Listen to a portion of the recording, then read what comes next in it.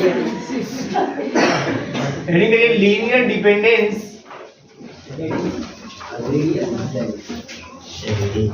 On vectors.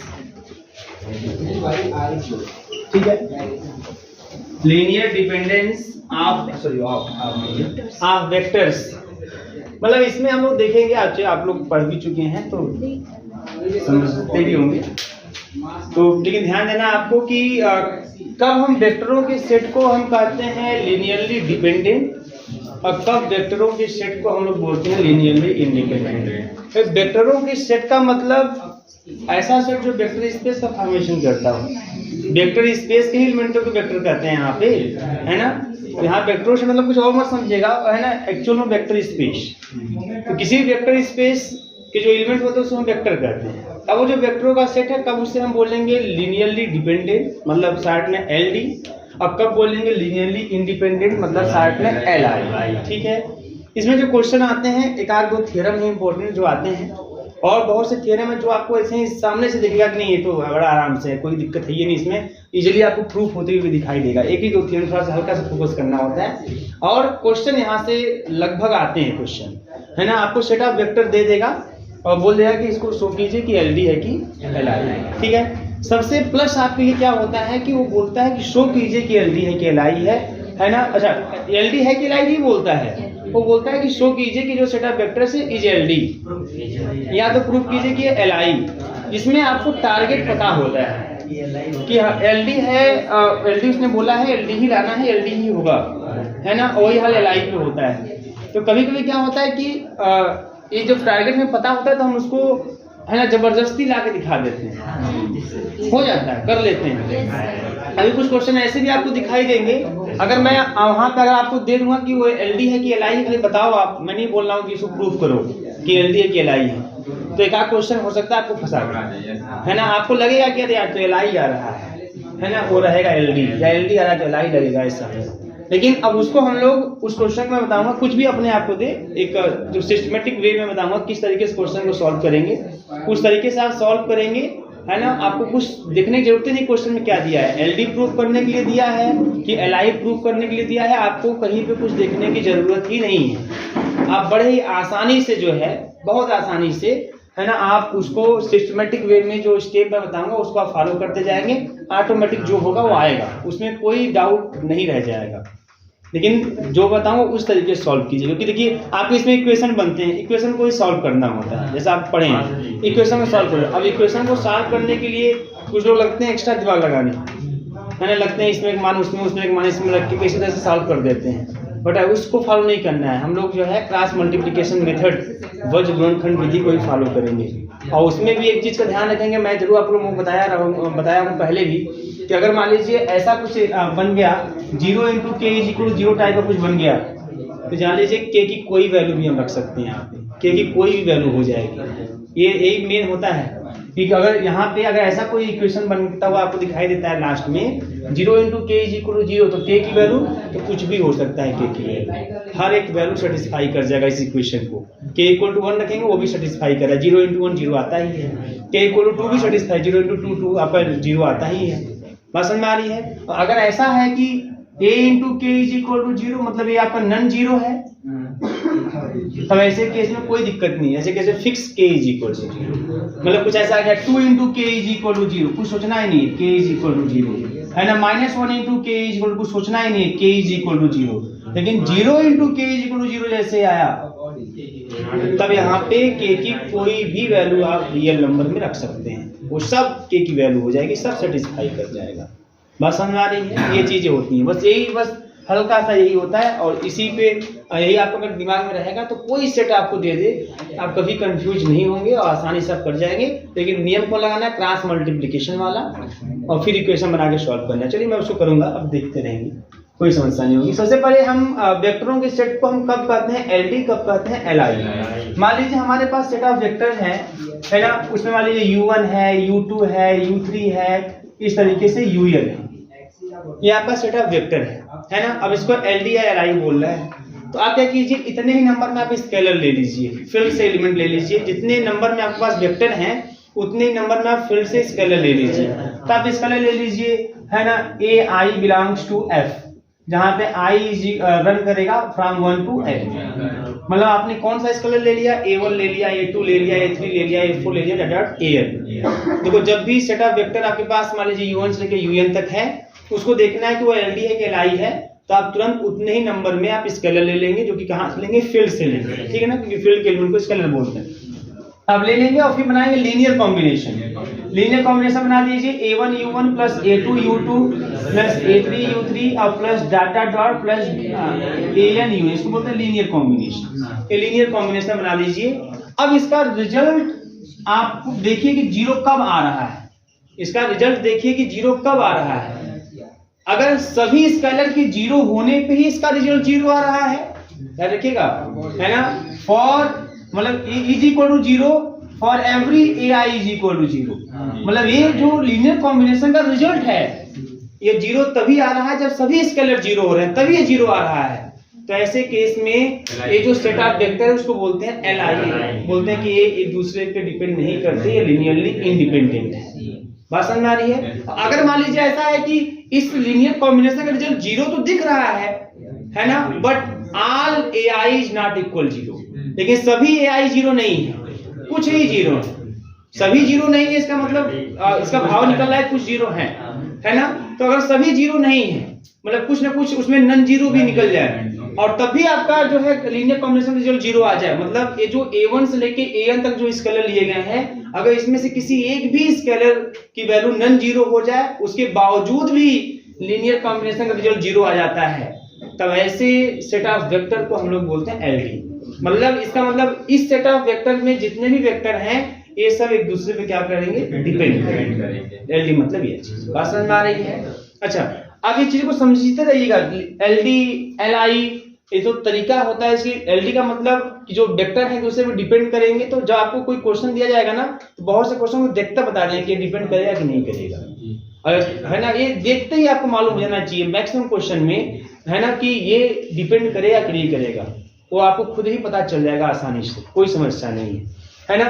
अब जैसे पहले तो बात समझ आ गई आपको, यहाँ पे सेट ऑफ वेक्टर है, ये सेट ऑफ वेक्टर LD या LI कब कहलाएगा, है ना। और इसके लिए आप क्या करेंगे, आप उतने ही नंबर में फील्ड से एलिमेंट ले लेंगे, स्केलर ले लेंगे, लीनियर कॉम्बिनेशन बनाएंगे और रिजल्ट जीरो देखना चाहेंगे। और यदि जीरो तब दिखाई देता है जब सभी स्केलर की वैल्यू जीरो आती है, तब ऐसे केस में सेट ऑफ वेक्टर को LI बोलोगे। और अगर मान लीजिए कि इसका रिजल्ट जीरो दिखाई दे रहा है और कुछ स्केलर की वैल्यू नन जीरो है और फिर भी रिजल्ट जीरो दिखाई दे रहा है, तो ऐसे केस में इस सेट ऑफ वेक्टर को आप LD बोलोगे। बात समझ में आ रही है? क्लियर? तो इसमें कोई समस्या नहीं है आपको। तो ये LD और LI हो गया। अब देखो कुछ सामान्य सी बातें। अगर कोई सेट मान लीजिए LD है, मान लीजिए हमारा एक सेट जो है S1 है ना, जिसमें U1 से लेके UN तक एलिमेंट है, ये LD है। LD है, लीनियरली डिपेंडेंट है, ये LD है। तो इसका जो सुपर सेट होगा वो कंफर्म LD होगा। इसका जो सुपर सेट होगा वो कंफर्म LD होगा। सुपर सेट मतलब क्या, मतलब कि जो सुपर सेट होगा ना, उसमें इससे अधिक एलिमेंट होंगे, इससे अधिक एलिमेंट होंगे। मान लीजिए उसमें इसको R तक ही ले लो, है ना, इसको आप ले लो U1 से लेके UN तक और लिख देना कि N R से ज्यादा है, N R से बड़ा है। तो यहाँ पे S2 is called the super set of S1। तो अगर A LD है तो सुपर सेट गारंटी LD होगा, ठीक है। क्यों? क्योंकि जब इसका लीनियर कॉम्बिनेशन बनाओगे आप, है ना, और रिजल्ट इक्वल टू जीरो देखोगे तो उसमें तो A भी तो आएगा, और ये आपका LD है। तो LD है, इसका मतलब कि इसमें जब स्केलर आप लोगे तो कोई ना कोई एक स्केलर आपका नॉन जीरो होगा करेगा, तो वही तो इसमें भी तो आएगा ना। जैसे यहाँ A1 देखो, समझ मेरी बात, A1 U1 A2 U2 और यह AR UR is equal to zero है। अगर ये LD है तो इस A1 से लेके AR तक में कोई स्केलर ऐसा होगा जो नॉन जीरो होगा। मान लो कि A2 नॉन जीरो है, मान लेते हैं कि A2 नॉट इक्वल जीरो है, मान लेते हैं इसी की वजह से आपका ये LD है। अब चलिए इसकी बात करते हैं। अब इसका लीनियर कॉम्बिनेशन बनाएंगे A1 U1 plus A2 U2, ऐसे करके AR UR भी आएगा बीच में, उससे ज्यादा N है तो लास्ट में AN UN भी आएगा। तो ये A2 इसमें भी तो आ गया इक्वल टू जीरो, देखना है ना। अब A2 इसमें भी आ गया, तो वो अच्छा आगे भी जो स्केलर है वो जीरो हो ना हो कोई फर्क नहीं पड़ेगा, लेकिन ये तो कंफर्म है जो A2 है वो नॉट इक्वल जीरो है, तो ऐसे केस में ये आपका LD हो जाएगा। तो लीनियरली डिपेंडेंट सेट का जो सुपर सेट होता है गारंटी वो LD होता है। लेकिन सबसेट जरूरी नहीं है कि एलडी हो। बात बहुत ध्यान समझिएगा, कोई सेट अगर लीनियरली डिपेंडेंट है तो उसका सुपर सेट गारंटी आपका जो है एलडी होगा, लीनियरली डिपेंडेंट। बट सबसेट जरूरी नहीं है कि वो आपका एलडी हो, वो एलडी हो भी सकता है और नहीं हो सकता है। ऐसे आप एलआई पे चलो, अगर कोई सेट वेक्टरों का ऐसा है जो लीनियरली इंडिपेंडेंट है तो उसका जो सुपर सेट होगा जरूरी नहीं है कि वो लीनियरली इंडिपेंडेंट हो, क्योंकि जो एक्स्ट्रा बढ़ रहा है हो सकता है उसमें कोई नॉन जीरो निकल जाए स्केलर, उसके वजह से एलडी भी हो सकता है। अगर नहीं निकलेगा तो एलआई हो जाएगा, बट गारंटी नहीं है कि वो एलडी है कि एलआई हो, कुछ भी हो सकता है। हाँ, लेकिन अगर कोई सेट एलआई है तो उसका सबसेट गारंटी है कि एलआई होगा। एक बड़ा वाला सेट लीनियरली इंडिपेंडेंट है तो उससे कम एलिमेंट रखने वाला जो सेट जो उसके अंदर कंटेंट है वो तो ही एलआई होगा करेगा। बात समझ में आ रही है? ये कुछ बातें ध्यान रखिएगा। क्या, फिर से सुन लीजिए, अगर कोई सेट लीनियरली डिपेंडेंट है तो उसका जो सुपर सेट होगा गारंटी लीनियरली डिपेंडेंट होगा, लेकिन जो उसका सबसेट होगा है ना वो एलडी भी हो सकता है, एलआई भी हो सकता है। दूसरी बात, अगर कोई सेट हमारा लीनियरली इंडिपेंडेंट है तो उसका सुपर सेट कुछ भी हो सकता है, अर्थात वो एलडी भी हो सकता है, एलआई भी हो सकता है, लेकिन सबसेट फिक्स है, वो लीनियरली इंडिपेंडेंट ही होगा। बात समझ में आ रही है? अ set containing non zero vector, single है ना, सिंगल नॉन जीरो वेक्टर, कोई सेट जो केवल उसके पास सिंगल नॉन जीरो वेक्टर हो। जैसे मान लीजिए यह एक सेट है, सिंगलटन सेट है जिसमें ए है जो नॉट इक्वल जीरो है। अ set containing single non zero vector. अब ये क्या होता है, एलआई की एलडी, इसको आज चेक करते हैं। अब ये नॉन जीरो है तो देखो पहली बात तो ये सेट है हमारे पास जिसमें एक ही एलिमेंट है और वो भी नॉन जीरो है। बात समझ में आ रही है? अब इसको हमको चेक करना है कि एलडी है कि एलआई है ना। तो क्या करना है भाई, जो नियम हमारा यही है, सर वेक्टर है, चलो हम इसको अल्फा कर लेते हैं, अल्फा कर लेते हैं, ठीक है ना। एक ही वेक्टर है क्योंकि नॉट इक्वल जीरो है। अब इसको बताना है कि एलडी है कि एलआई है। तो भाई सीधी सी बात, कोई सेट हो है ना, जितने वेक्टर है उतना स्केलर ले लो। तो यहाँ पे संयोग से भाई एक ही वेक्टर तो एक का स्केलर ले लो, तो एक ले लो ए फील्ड से और a इंटू अल्फा का तो हो गया लीनियर कॉम्बिनेशन, एक का था बन गया linear combination equal to zero. देखना चाहते हो आप, है ना। अब a नॉट इक्वल जीरो है और आप जीरो रिजल्ट देखना चाहते हो तो ऐसा कैसे पॉसिबल, सॉरी ये नहीं भाई, अल्फा नॉट इक्वल जीरो है, आप जीरो रिजल्ट देखना चाहते हो, ऐसा कैसे पॉसिबल हो सकता है? जब a जीरो हो तभी ना पॉसिबल होगा। तो इसमें जो आपने फील्ड से एलिमेंट लिया था भाई, एक लिया था, एक ही वेक्टर था, एक ही लिया था, मतलब जितना लिया, इससे हम ये भी कह सकते हैं जितना आपने फील्ड से लिया स्केलर वो सब के सब क्या हो गए, जीरो हो गए। तो जब सब के सब स्केलर जीरो हो जाएंगे तो क्या बोलेंगे, एलआई। तो a set containing non zero single non zero vector is always LI, linearly independent. अगर मान लीजिए किसी सेट में जीरो वेक्टर हो, एक ही वेक्टर है और वो भी जीरो वेक्टर है, मतलब अल्फा यहाँ पे जीरो है, अब ये क्या होगा, है ना। तो वही तरीका वही है, हमारे पास अल्फा यहाँ पे है वो जो कि जीरो है, तो एक स्केलर ले लो, a इंटू अल्फा कर दो। अब अल्फा आपका जीरो है तो a तो कुछ हो सकता है, a कुछ भी हो सकता है। बात समझ में आ रही है? अब दिमाग में आएगा सर जीरो भी, तो उसका कोई मीनिंग नहीं है, zero into zero equal to zero. बात समझ में आ रही है? हाँ, तो भाई ये जीरो इंटू जीरो एक कोई मतलब थोड़ी है कि zero into zero equal to zero करते हैं आप, है ना। तो ये मीनिंगफुल नहीं है। तो ऐसे केस में अच्छा आपको ये भी ध्यान देना है कि और भी क्या वैल्यू हो सकते हैं। तो इसके वैल्यू आपके नॉन नेगेटिव भी हो सकते हैं, है ना। तो आपका क्या यहाँ a इक्वल कुछ भी कोई रियल नंबर रख दो भाई, कोई रियल नंबर रख दो आप, है ना, सबको सेटिस्फाई कर जाएगा। तो यहाँ पे आपको a not equal zero group में आपको दिखाई देगा। तो इसका मतलब ये जो सेट है आपका क्या बन जाएगा, एलडी, ये आपका एलडी बन जाएगा। तो ये बातें भी आपके दिमाग में होनी चाहिए, ठीक। उसके बाद इसके जो मेन थ्योरम इसका है, बस एक ही थ्योरम है जो मेन है, जो कभी भी एग्जाम पूछा जाता है, वो ये पूछा जाता है कि अगर सेट ऑफ वेक्टर एलडी है, अगर सेट ऑफ वेक्टर एलडी है तो उस सेट ऑफ वेक्टर में मान लो n एलिमेंट है, 2 से 1 to n एलिमेंट है, u1 से लेकर un तक एलिमेंट है, तो 2 से लेकर n तक के बीच में कोई ना कोई एक ऐसा वेक्टर जरूर एग्जिस्ट करेगा जो अपने पीछे वाले वेक्टरों के लीनियर कॉम्बिनेशन के रूप में दिखाई देगा, जो अपने पीछे वाले वेक्टरों के लीनियर कॉम्बिनेशन के रूप में दिखाई देगा। अब चलो इसको समझने के पहले एक छोटा सा थ्योरम समझाते हैं आपको, बहुत सिंपल है ना। कि देखो अगर कोई सेट मान लो यही सेट है जो यहाँ पर एलडी है, ये सेट क्या है, एलडी है, तो एक बात तो कंफर्म है कि अगर ये एलडी है तो इसमें आप कोई न कोई ऐसा वेक्टर जरूर होगा जो शेष वेक्टरों के लीनियर कॉम्बिनेशन के रूप में देखा जाएगा।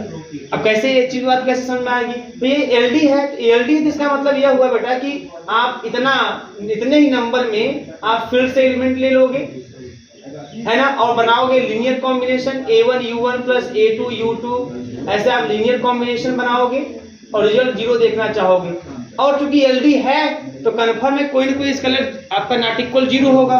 तो सिंस, है ना, जो सेट है हमारा यस ये एलडी है, अगर ये एलडी है तो कंफर्म है, देन, है ना, at least one scalar is not equal 0, कम से कम एक स्केलर तो नॉट इक्वल 0 होगा करेगा, अधिक से अधिक जितने भी हो जाए एलडी के लिए। तो मान लेते हैं, देन लेट कर लेते हैं कि भाई मान लो a2 ही नॉट इक्वल 0 है। तो जब a2 नॉट इक्वल 0 होगा तो ऐसे केस में a2 u2 को हम इधर ही छोड़ देते हैं और सबको उधर भेज देते हैं। सबको उधर भेज देंगे तो माइनस का a1 u1 माइनस का a3 u3 और प्लस, है ना, minus dot dot dot minus का an un, ऐसा हो जाएगा। अब यहाँ पे आराम से हम a2 से डिवाइड कर सकते हैं। क्यों कर सकते हैं डिवाइड? क्योंकि a2 नॉट इक्वल 0 है। अगर वही 0 होता तो फिर ऐसा नहीं कर पाते, अनडिफाइंड हो जाता ना। तो a2 से डिवाइड कर सकते हैं, लिख सकते हैं इसको माइनस का a1 अपान a2 और u1 और प्लस माइनस का a3 अपान a2 u3 और प्लस डॉट डॉट डॉट, है ना, और माइनस का an अपान a2 और un, ऐसे हो जाएगा। बात समझ में आ रही है? अब यहाँ पे ये जो a1 अपान a2 है ये भी स्केलर होगा, a1 scalar a2 scalar, field का एलिमेंट है ना, इस तरह से तो आप डिवाइड करेंगे वो भी एक स्केलर नंबर ही आएगा, स्केलर नंबर। तो ये a स्केलर है, ये भी स्केलर है, ये भी स्केलर है। तो इस तरीके से आप लिख सकते हैं u2 is equal to b1 u1 और प्लस का b2 b3 u3 और प्लस का डॉट डॉट प्लस का bn और un, ये नाम दे देते हैं। जहाँ पे b1 is equal to this, b3 is equal to this and bn equal to this. बात समझ आ रही है? तो यहाँ पे ए लाइन क्या दिखा रहा है कि जो u2 है वो शेष वेक्टरों के लीनियर कॉम्बिनेशन रूप में देखा जा रहा है। तो अगर कोई वेक्टरों का सेट अगर एलडी है तो जान लीजिए कंफर्म, तो उसमें कम से कम एक वेक्टर तो ऐसा जरूर होगा जो शेष वेक्टरों के लीनियर कॉम्बिनेशन के रूप में देखा जाएगा। इसी पे आपका एक थ्योरम बस पूछा जाता है और कोई थ्योरम आपके एग्जाम में इससे नहीं आता है, और आता है आपका न्यूमेरिकल, क्योंकि और जो थ्योरम है वो आपका यही है कि superset, subset, singleton zero, singleton non zero वाला ऐसा सेट। बात समझ में आ रही है? चलिए आप हेडिंग किए हैं, हेडिंग है ना, linearly dependence of the vectors. देखिए, a set containing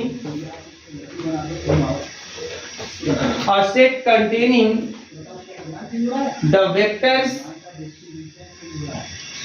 a set containing the vectors defined over the field F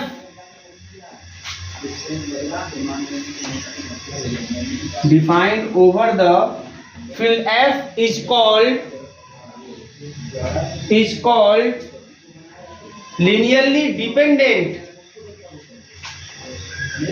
called linearly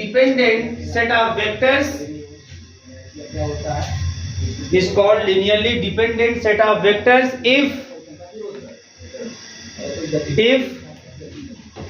a1 u1 plus a2 u2 plus a3 u3 और plus dot dot dot plus an un is equal to 0 and not all ai's is equal 0. Here ai belongs to f, i जो है वो कहां से कहां तक है, from 1 to n, and s is equal to u1 u2 u3 dot dot dot un is the set of vectors. तो ये अगर ऐसा है तो आप बोलोगे कि, है ना, कि हमारा जो सेट है इस तरीके से वेक्टरों का वो क्या है, एलडी। तो दिक्कत नहीं है ना।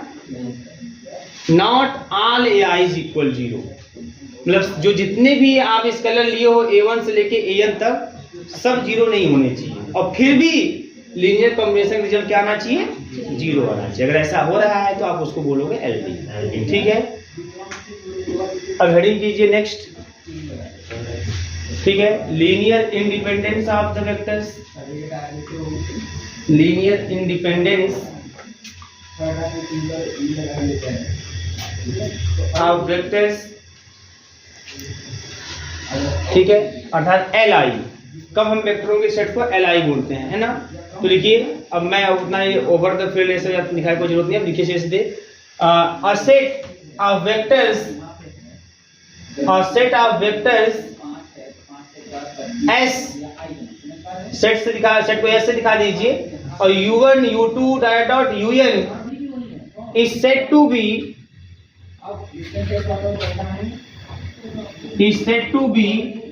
Li, linearly independent if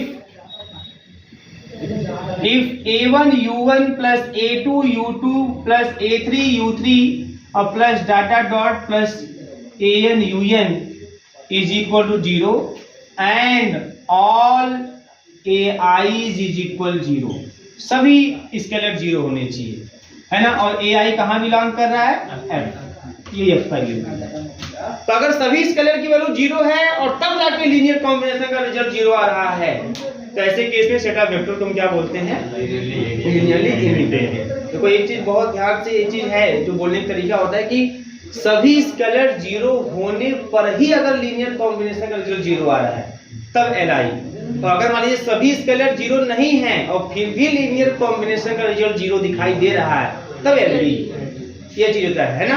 actually मैं इसलिए बता रहा हूँ कि अक्सर जो बोलने का तरीका, क्योंकि आप लोग बोल जाते हैं, अक्सर लोग बोल जाते हैं कि लोग क्या कहते हैं कि इज इक्वल टू 0 है, तब यदि a1 a2 a3 अगर सब 0 आते हैं तो हम कहते हैं कि li, अगर इसमें से कोई नॉन 0 निकल गया तो ld।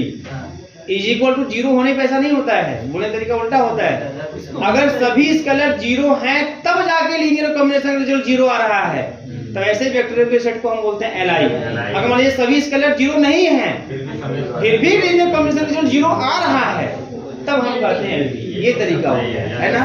स्केलर को देखते हैं कि स्केलर कैसा है और फिर लीनियर कॉम्बिनेशन बनाते हैं, अब देखते हैं रिजल्ट 0 आ रहा है तो किस परिस्थिति में आ रहा है।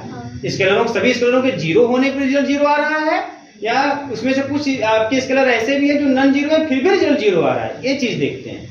अगर सभी के 0 होने पर, सभी स्केलर के 0 होने पर लीनियर कॉम्बिनेशन रिजल्ट 0 आता है तो लीनियरली इंडिपेंडेंट। अगर उसमें कोई नॉन 0 है फिर भी रिजल्ट 0 आ रहा है लीनियर कॉम्बिनेशन का, तो एलडी। यही होता है तरीका, ठीक है ना।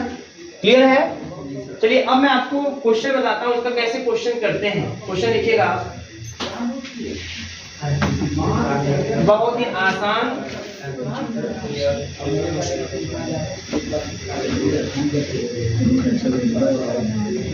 बोले बेटा। हाँ लिखिए, show that the system of 4 vectors, show that the system of, अभी फॉर्मेट में 3 करिए तो फिर आप लोगों ने बना लिया, है ना। ठीक है, show that the system of 3 vectors 1 0 -1 1 0 -1, दूसरा वेक्टर है 1 0 -1 2 1 3 2 1 3 2 1 3, और तीसरा एक वेक्टर मैं और ले लेता हूं यहाँ पे, ठीक है। तीसरा ले लीजिए आप 1 0 1, चलो तीसरा ये ले लिया 1 0 1। क्या लिखा शुरुआत में आप, show that the system of 3 vectors here is नहीं बोलेंगे, क्या एल के एल नहीं बोलते, हम लोग लगाते हैं, देखते हैं क्या होगा, ठीक है। हाँ अभी मैं एल बोल दूंगा तो आप लोग एल दिखा देंगे, एल बोलूंगा तो एल दिखा देंगे। तो अभी पे सिस्टम समझिए, है ना, तो समझ लीजिए, उसके बाद कोई दिक्कत नहीं होगी, ले लीजिए यहाँ पे। अब ऐसा हो गया, मतलब हमारे पास जो सेट ऑफ वेक्टर्स है उसमें 3 हैं आपके पास, 1 0 -1 2 1 3, है ना, और 1 0 1। अब हमें देखना है कि ये एलडी है कि एलआई है। तरीका क्या होता है, तरीका होता है कि आपके पास जितने वेक्टर हैं उतने स्केलर ले लीजिए। तो लेट कर लीजिए a1, a2, a3 belongs to f, है ना, बिलोंग्स टू f। देन अब आप देखिए कि भाई A1 इसको बोल दीजिए अल्फा 1, इसको बोल दीजिए अल्फा 2, इसको बोल दीजिए अल्फा 3 वेक्टर।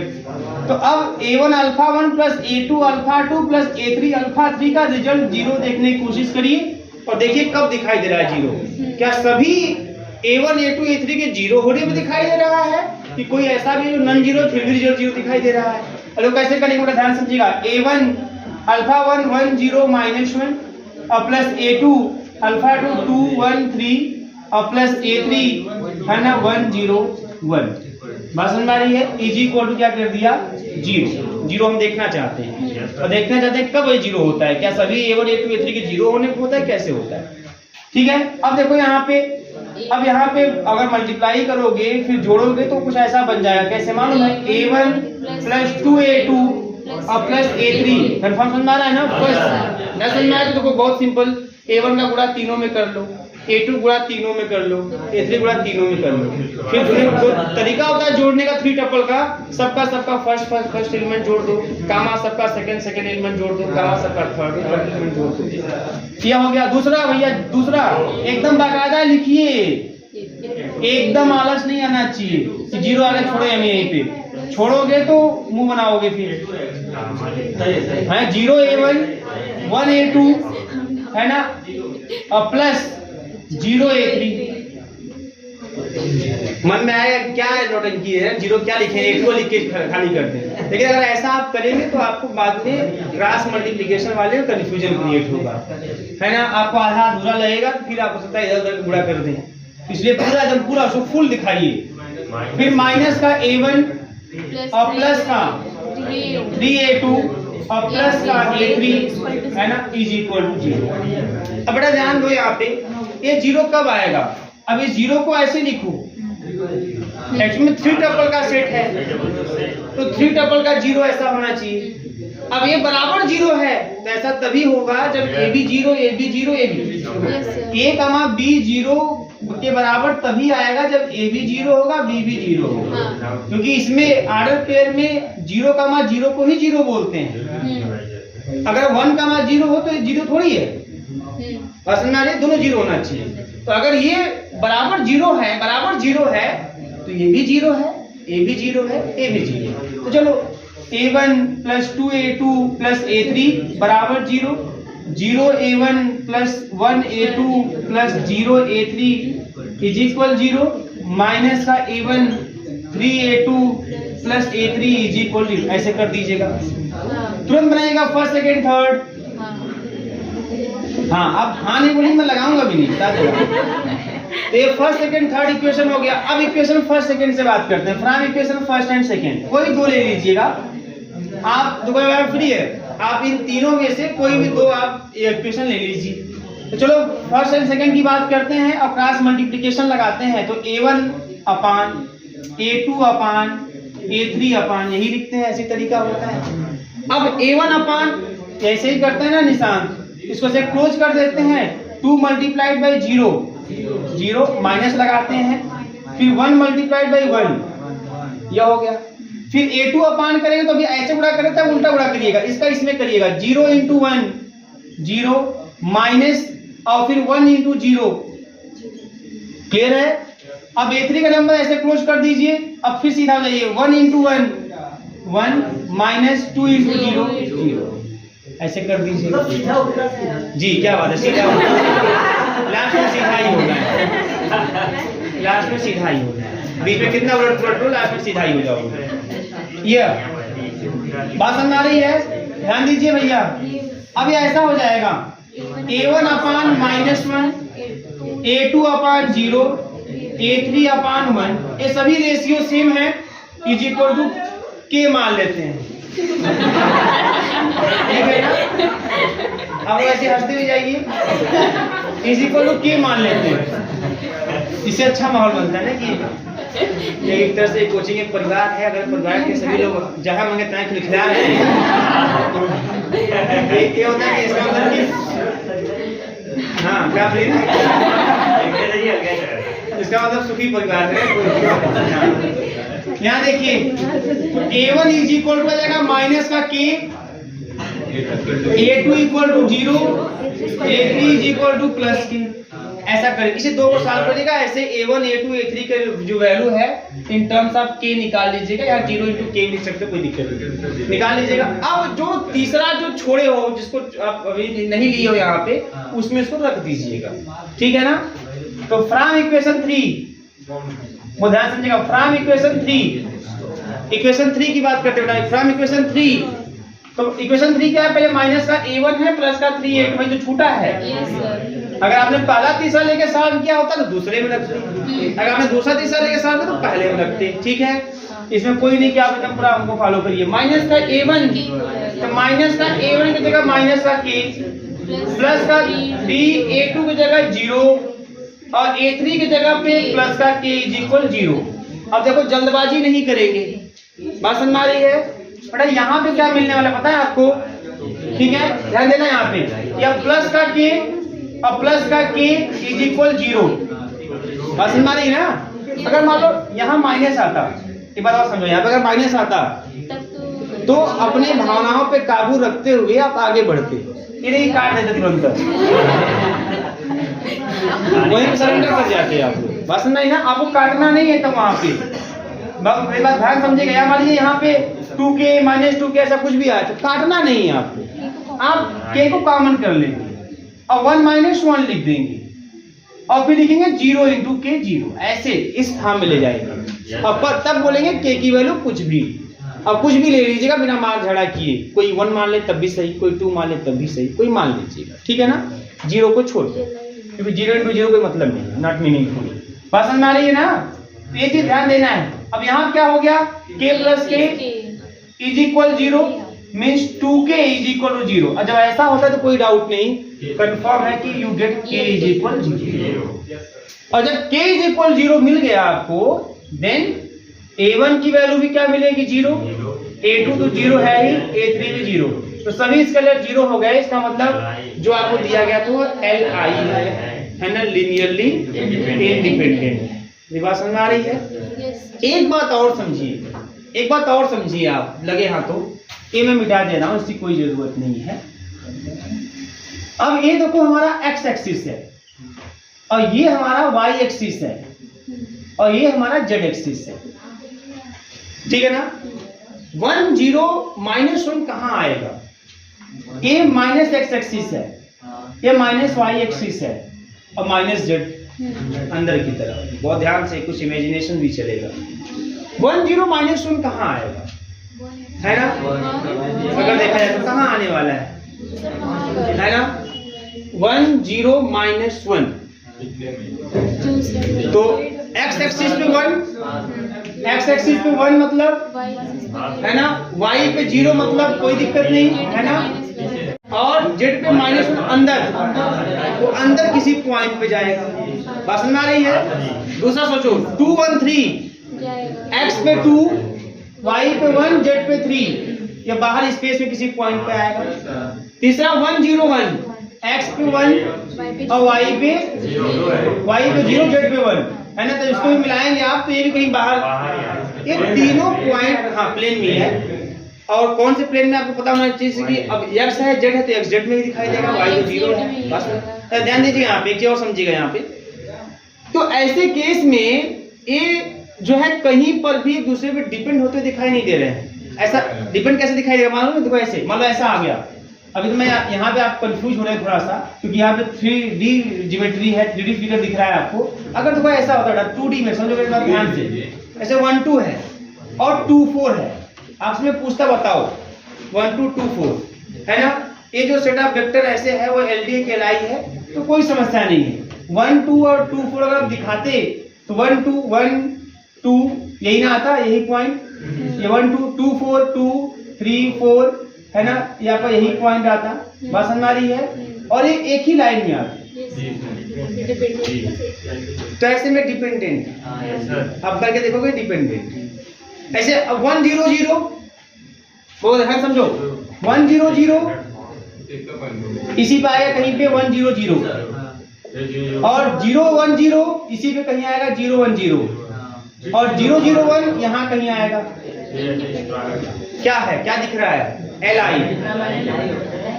है ये, कहीं कोई किसी पे डिपेंड नहीं कर रहा है, एक्स एक्सिस पे, वाई एक्सिस पे, जेड एक्सिस पे, कोई दीर्घाट कोई मीरघाट, है ना, एकदम अलग अलग। तो ये एल आई है, बात समझ आ रही है ना, ये एल आई है, क्लियर। ये ज्योमेट्री ऐसे क्योंकि 3D है तो इसलिए मैं पूरा बता नहीं पा रहा हूँ यहाँ पे, बट ये चीजें जो समझाया जा सकता है वो देख सकते हैं। मतलब मेरे समझना है ना कि कोई दो वेक्टर एक ही लाइन में नहीं आने चाहिए, तभी लाइन होंगी, है ना, तब अलग अलग, सबका अपना अलग अलग है। तो ऐसे केस में लिनियरली इंडिपेंडेंट, बात समझ में आ रही है। और अगर एक ही परिवार में रहेंगे, एक ही प्लेन में रहेंगे तो ये डिपेंड तो करना है, कहाँ जाएंगे आप, बात समझ में आ रही। एक बात, दूसरी बात एक और जान लीजिए आप, एक बात और जानिए। अब ये जो देख रहे हैं 1 0 -1 डिटर्मिनेंट है, 1 0 -1 2 1 3 1 0 1, इसको थोड़ा सॉल्व कर लीजिए आप।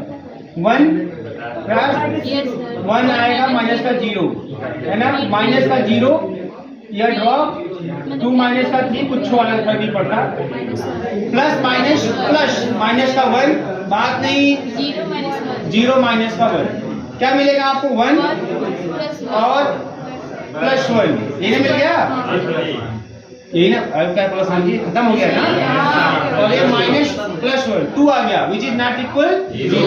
अगर डिटर्मिनेंट नॉट इक्वल 0 आता है तब भी एल आई, अगर डिटर्मिनेंट 0 आता है आई, आप दिमाग में भर लीजिएगा, है ना, बट लगाइएगा आप इस तरीके से, ठीक है। तो कई चीजें हैं जो पता चल जाएंगी आपको, भी लगाते रहेंगे, नोट कर लीजिए। हाँ, तब भी दो भी अगर ऐसे डिपेंड करके ऐसे ज्योमेट्री से दिख रहा है, दो भी डिपेंड कर रहा है, तब भी डिपेंडेंट की कैटेगरी में आएगा। लिनियरली डिपेंड मतलब कोई किसी भी डिपेंड ना करे। नहीं, आप पहले ये प्रोसेस ठीक है ना, ये प्रोसेस क्योंकि आपको इसी तरीके से एग्जाम में करना है, तो अभी आपको ये चीज सीखना है, और क्या क्या कर सकते हैं, कितने आसानी से क्या कर बता सकते हैं, वो अलग चीजें हैं।